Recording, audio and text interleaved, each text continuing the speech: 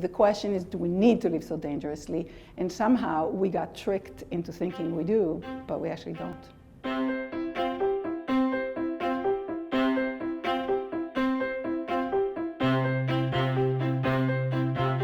What the hell is capital adequacy, you ask me? It's so confusing to so many people. Capital adequacy is basically about what happens when a bank, for example, takes risks. Whose money is it that they invested and what happens? And what capital adequacy means is that you take risk, but you're not harming other people when it doesn't work out.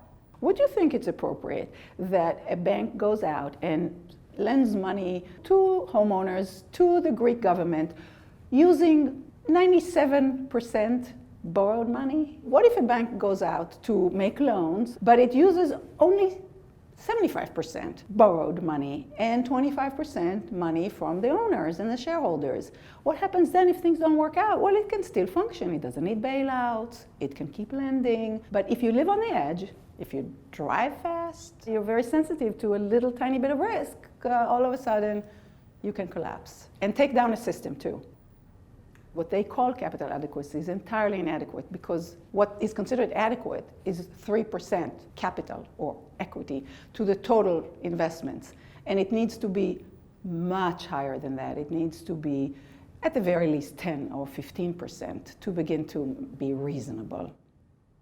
It's in the hands of policymakers to do a lot more than they're doing, including not to give bankers a ratio and think they're going to do the right adjustment, because the bankers are reacting to their own incentives. If they were a normal company with so much debt, their lenders will say, oh, you can't take that money. You have to maintain it so that it's there for me so you can pay your debts. Instead, what the banks do is they make a payout to themselves, to their shareholders, and continue to borrow. They don't shrink from that.